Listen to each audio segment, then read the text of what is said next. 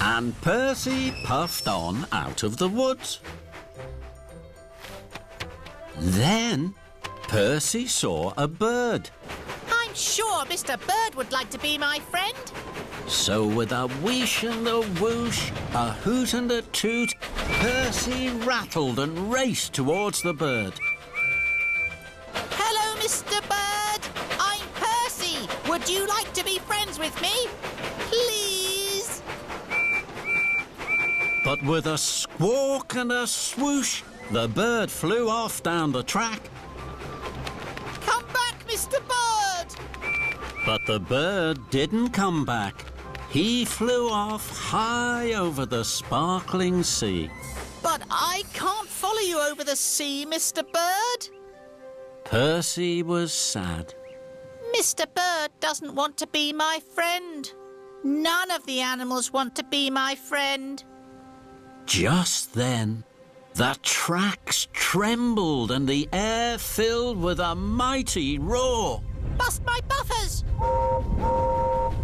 Out of my way! Express coming through! Percy rattled from funnel to footplate as Gordon thundered past. Percy opened his eyes. Thomas puffed up. Hello, Percy. You look scared. What happened? Gordon scared me. I'm sure Gordon didn't mean to, Percy. I know, Thomas. Gordon is a big engine, and I'm little. Big noisy things can scare little quiet things. This made Percy think. The rabbit, and the squirrels, and the bird. They are much littler than me, and they are quiet. Then an idea bubbled in Percy's boiler. I must go. Goodbye, Thomas. Percy puffed back the way he came. And there, on the track, he saw Mr. Bird again. But this time, Percy gently applied his brakes. He chuffed as slowly and as quietly as he could. Hello, Mr. Bird. I'm very sorry I was so loud earlier. I didn't want to scare you. The bird looked at Percy. Then he flew up onto Percy's buffer. Do you want to go for a ride, little bird? Percy and Mr. Bird puffed gently on. Next, Percy saw the pair of squirrels. He gently applied his brakes and chuffed as slowly and as quietly as he could. Hello, Mr. and Mrs. Squirrel. I'm very sorry I was so loud earlier. I didn't want to scare you. The squirrels jumped up onto Percy's buffer. All aboard! And Percy, the two squirrels and Mr. Bird puffed quietly back through the woods. Then Percy saw the rabbit. He chuffed up very quietly. Hello, Mr. Rabbit. I'm very sorry I was so loud earlier. Mr. Rabbit looked at Percy. Then he hopped up onto Percy's buffer, next to Mr. and Mrs. Squirrel. Hold tight, everyone. And Percy, Mr. Rabbit, the two squirrels and Mr. Bird puffed gently along the track. At Tidmouth, all the other engines were back in their sheds. Where is Percy? It's late. Quiet, everyone. Here I am. The other engines were surprised. Percy, who are all these animals? Percy's firebox fizzled with pride. Everyone, meet my new friends.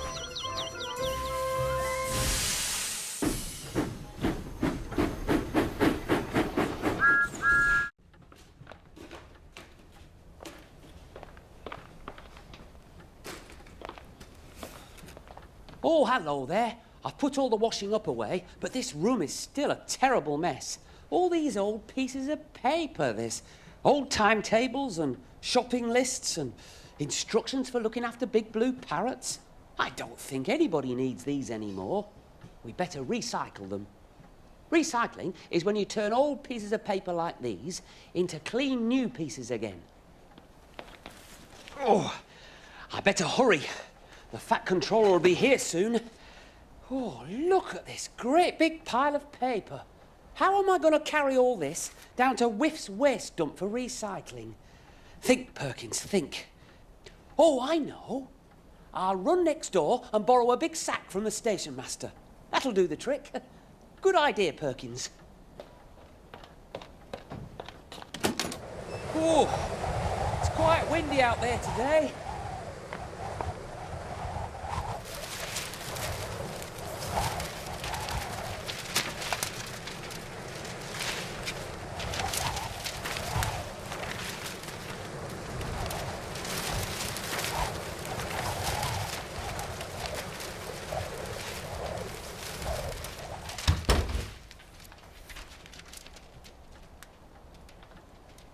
What's happened here? What's that? I was rushing. Oh, and left the door open and the wind blew the paper everywhere. Oh, dear. Well, I better get to work and pick all this up again.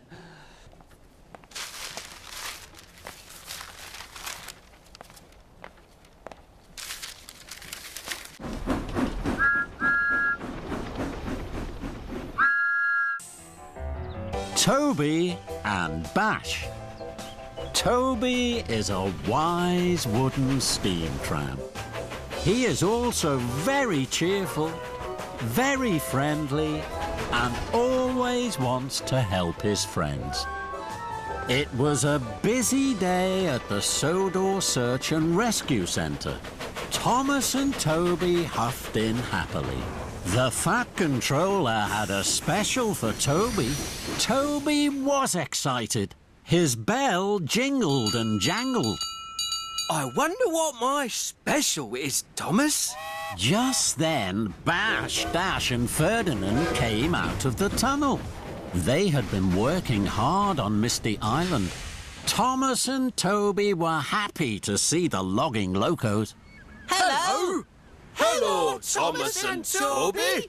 Good to see you both. Today, the Fat Controller is giving Bash his reward. For being a really useful engine. That's right. Bash puffed and peeped with pride. Then the Fat Controller stepped out. Bash, your reward is to spend the day with Toby. And Toby, your special is to look after our new friend. I know you will do your job well. Toby jingled with joy, and Bash beamed from buffer to buffer. Thank you, sir. Thank you, sir. And Toby and Bash clickety-clacked away down the track. First, Toby and Bash puffed to Knapford Station. Toby had to pick up the children and take them to Bluffs Cove. Thank you, Toby. Thank you, Bash. Next, Toby and Bash picked up heavy trucks of slate. They heaved and hauled them to Brendam Docks. Toby biffed and bashed. Bash heaved and hauled till the sun went down. Toby and Bash were tired. Trembling tracks. We have worked hard. I need A rest. I know just where to chuff to. Toby led Bash all the way to Arlesdale End. Toby was proud of his home. Bash gasped. This is lovely. The birds, the woods, it's quiet. It's Just the place to rest your aching axles. You can sleep in my shed. But I... No buts, Bash. Sleep well. Toby watched over Bash as he slept. Then an idea bounced into his bell. I'm sure Bash would like to have a home of his own on Sodor. Somewhere hushed and happy, like my home. The next morning, Toby told Bash his plan. Bash was puzzled. Toby was pleased. Puff along now, Bash. And before Bash could chuff or huff, Toby was puffing perkily along the tracks. Toby and Bash steamed swiftly. I'll find a place for Bash to rest. I'll search high and low till I find the best. Toby took Bash to the fenland.